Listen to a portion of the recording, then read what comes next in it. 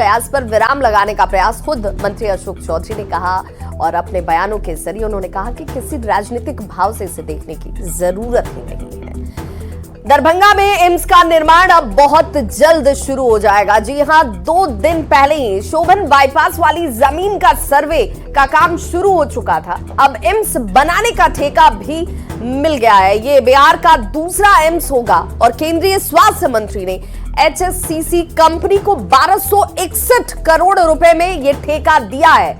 HSCC company को 36 महीने के, यानी कि वो टाइम फ्रेम है 36 महीने का, जब एम्स बनाकर देना होगा। और JDU के राष्ट्रीय कार्यकारी अध्यक्ष ने यह भी कहा है कि दरभंगा एम्स को आज जमीन मिल जाएगी। एम्स के बन जाने से पूरा का पूरा बिहार और मिथिला क्षेत्र के लोगों में स्वास्थ्य के मामले में बहुत आमूल-चूल परिवर्तन और फायदा होता हुआ आपको दिखेगा। उत्तर बिहार में सुपौल की बात कर लीजिए, सहरसा की बात कीजिए, मधुबनी, समस्तीपुर, बेगूसराय, मोतिहारी, सीतामढ़ी, शिवहर, मुजफ्फरपुर सहित नेपाल के तमाम तराई इलाके के लोगों को इसका सीधा फायदा पहुंचने वाला है। दरभंगा एम्स बहुत जल्द एक बड़ा गेम चेंजर साबित होगा। संजय झा से बातचीत की न्यूज 18 संवाददाता अमितेश सिंह ने।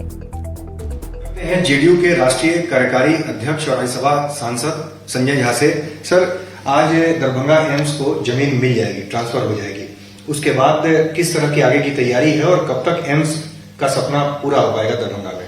देखिए, ये बहुत बड़ा दिन है और पूरा इस एम्स के बन जाने से दरभंगा में पूरा उत्तर बिहार, पूरा मिथिला क्षेत्र के लोगों को स्वास्थ्य के मामले में आत्मनिर्भरता आ जाएगी।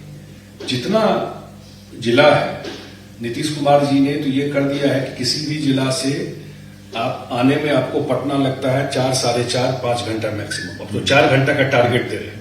तो कोई भी उत्तर बिहार में खास करके सुपौल, सहरसा, मधेपुरा, मधुबनी, आपको बगल का हो गया समस्तीपुर, बेगूसराय, कोई भी मोतिहारी, कोई भी आना चाहे तो एक मुजफ्फरपुर के लोग 50 मिनट में 40 मिनट में आ जाएंगे यहाँ, या सीतामढ़ी या शिवहर या पूरा नेपाल का तराई, ये पूरा बेल्ट को कैटर करेगा ये दरभंगा एम्स। मेरे ख्याल से बहुत बड़ा गेम चेंजर है ये दरभंगा एम्स जो है।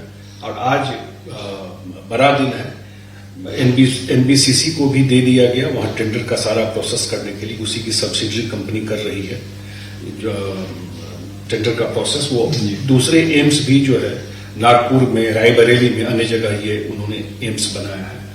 और मेरी जहां तक जानकारी है कि अक्टूबर में के बाद उसमें काम में भी हाथ लग जाएगा। आदरणीय प्रधानमंत्री जी उसका शिलान्यास करेंगे, जो जानकारी मिली अखबारों से, और मुख्यमंत्री जी भी रहेंगे। और मुझे लगता है कि स्वास्थ्य के मामले में मैक्सिमम लोगों को दिल्ली या पटना जाना पड़ता था इलाज कराने के लिए, तो वो अपने घर से निकल करके यहाँ आकर के काम कर सकते, माने यहाँ करके इलाज करा सकते हैं। तो बहुत बड़ा दिन है उस सेंस में, देखिए। धन्यवाद। तो ये थे JDU के राष्ट्रीय कार्यकारी अध्यक्ष संजय झा। कैमरामैन अपू पाठक के साथ अमितेश सिंह, न्यूज 18 दिल्ली।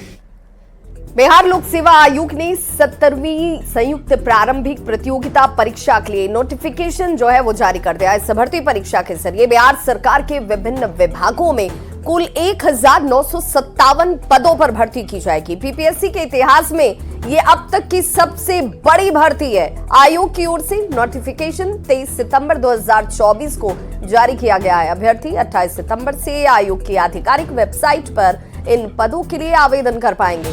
BPSC के मुताबिक पदों की संख्या में वृद्धि भी हो सकती है। BPSC कार्यालय से इस खबर पर ज्यादा जानकारी दे रहे हैं न्यूज 18 संवाददाता अमित कुमार। BPSC ने एकीकृत 70वीं संयुक्त प्रतियोगिता परीक्षा को लेकर के अधिसूचना जारी कर दी गई है। और ये अधिसूचना वैसे तो सोमवार की जारी की गई है, लेकिन बताते चले कि राज्य सरकार के 24 विभागों में लेवल 9 और 7 के 1957 पदों के लिए 28 सितंबर से ऑनलाइन आवेदन स्वीकार किए जाएंगे। सचिव सह परीक्षा नियंत्रक सत्यप्रकाश शर्मा ने बताया है कि ऑनलाइन आवेदन के लिए लिंक आयोग की वेबसाइट www.bpsc.bih.nic.in पर 18 अक्टूबर तक रहेगा। प्रारंभिक लिखित परीक्षा नवंबर तीसरे या चौथे सप्ताह में संभावित है। लेवल 9 के 678 और 7 के 1279 पद चिन्हित है। पदों की संख्या में वृद्धि भी हो सकती है। डॉक्यूमेंट रेडी रखने को लेकर के कहा गया है। प्रतियोगिता में शामिल होने वाले जो अभ्यर्थी होंगे उनको ऑनलाइन आवेदन करने से पहले अभ्यर्थी सभी वांछित प्रमाण पत्र और दस्तावेज उपलब्ध करा दें। ये कहा गया है बीपीएससी के द्वारा। आवेदन के साथ सभी वांछित प्रमाण पत्रों को अपलोड करना अनिवार्य होगा। बीपीएससी संयुक्त प्रतियोगिता परीक्षा के लिए यह रिकॉर्ड रिक्त है। आयोग का कहना है कि रिक्त को देखते हुए रिकॉर्ड आवेदन की संभावना है। 5 लाख से अधिक आवेदन प्राप्त होने की स्थिति में एक से अधिक पाली या तिथि में परीक्षा आयोजित की जाएगी। एक से अधिक सेट से भी परीक्षा आयोजित की जाएगी। बताते ये भी चले कि 24 विभाग में जैसा हमने पहले बताया लेवल 9 के 678 और 7 के 1279 पदों पर नियुक्ति होनी है। और ये भी बताते चले कि दिव्यांग और स्वतंत्रता सेनानियों के जो रिलेटिव हैं, नाती नतनी हैं, पोता पोती हैं, उनके लिए सीट आरक्षित किया गया है।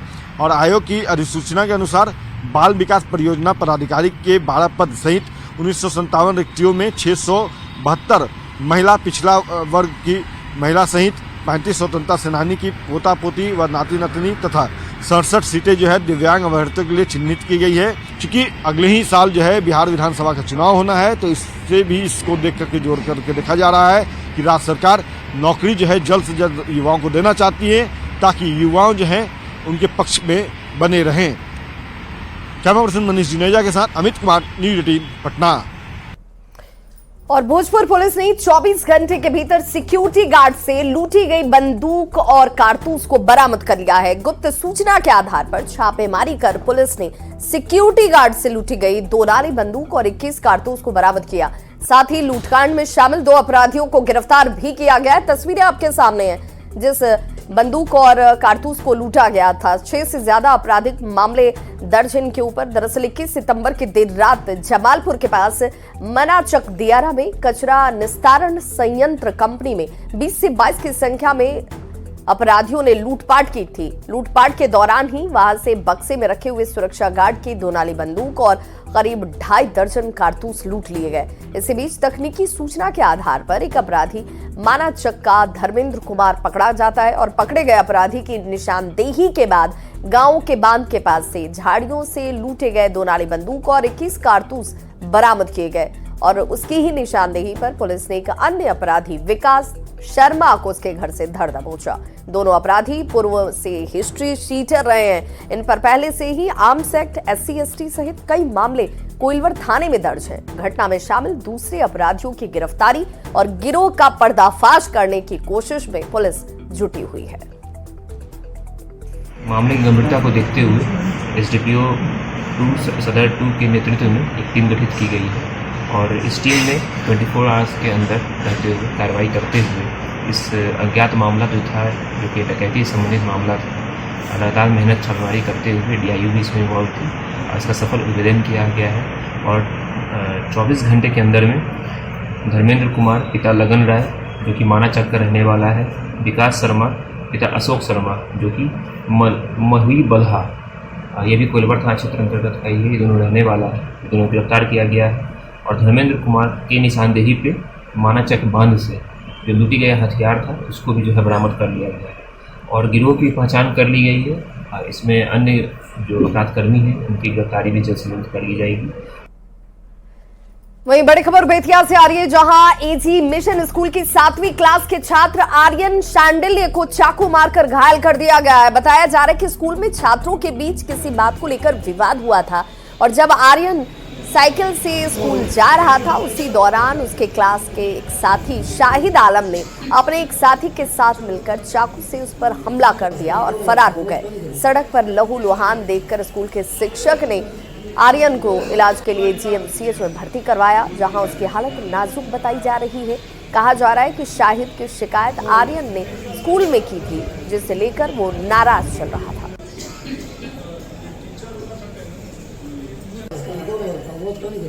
पेन था, उसी पर गाली देने लगा तो हम भी बोले, तो उसी पे मुंह पे एक मुक्का मारा। उसका फिर स्कूल के बाद धमकी दिया था कि जान से मार देंगे और सर स्कूल के बाद टाइगर कल मारा। आज फिर से मॉर्निंग टाइम पे आ रहे थे, आज फिर से मार दिया। कौन स्कूल का मामला है? AG mission. कहाँ मारा उसको पहचानते हो? हाँ पहचानते हैं। कौन है वो? शाहिद आलम नाम उसका। स्कूल के अंदर मारा है? स्कूल के बाहर। तुम्हारा क्लासमेट है वो? हाँ क्लासमेट है। मेरा बेटा आज स्कूल जा रहा था साइकिल से, तो 6:50 के करीब में जब स्कूल से थोड़ी दूर पहले PWD का ऑफिस है दुर्गा बाग मंदिर के सामने, वहाँ पहुँचा था। तो तब तक मोटरसाइकिल से 2 लड़के आए हैं। एक उसी के क्लास का लड़का है जिसका नाम शाहिद है, शाहिद आलम, और एक उसका छोटा भाई है जो नोटरडम में पढ़ता है। दोनों ने उसके ऊपर चाकू से ताबड़तोड़ हमला कर दिया है। इसमें उसके पीठ पर, हाथ पर कई जगह गहरे गहरे जख्म लगे हुए हैं। खबर कटिहार से, जहां डायन बिसाही के आरोप में महिला को 5 दिनों तक बंधक बनाकर रखा गया और उसके बाद महिला को गंदा पानी पिलाया गया। मामला कोढ़ा थाना क्षेत्र का बताया जाता है। इस मामले को लेकर पीड़ित महिला और उसके पति ने जल्द से जल्द इंसाफ के साथ आरोपियों की गिरफ्तारी की मांग की है। डीएसपी ने मामले की पुष्टि करते हुए जांच की बात कही।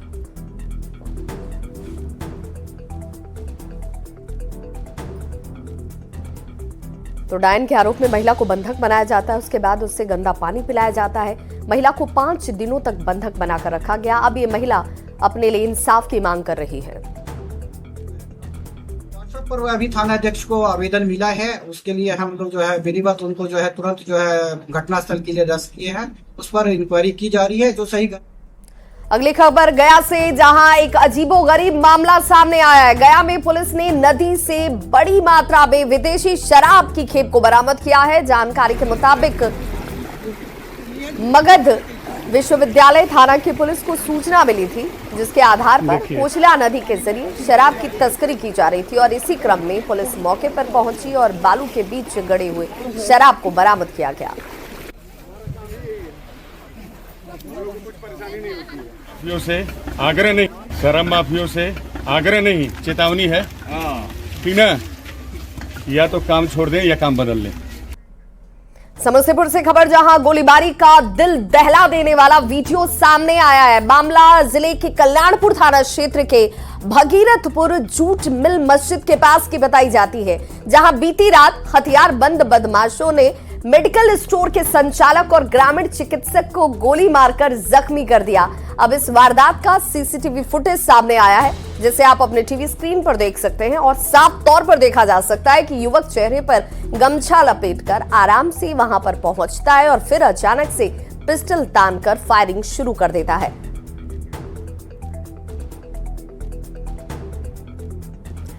तो इस बुलेटिन में बस इतना ही, लेकिन न्यूज़ 18 बिहार झारखंड पर खबरों का सिलसिला लगातार जारी। बने रहिए हमारे साथ।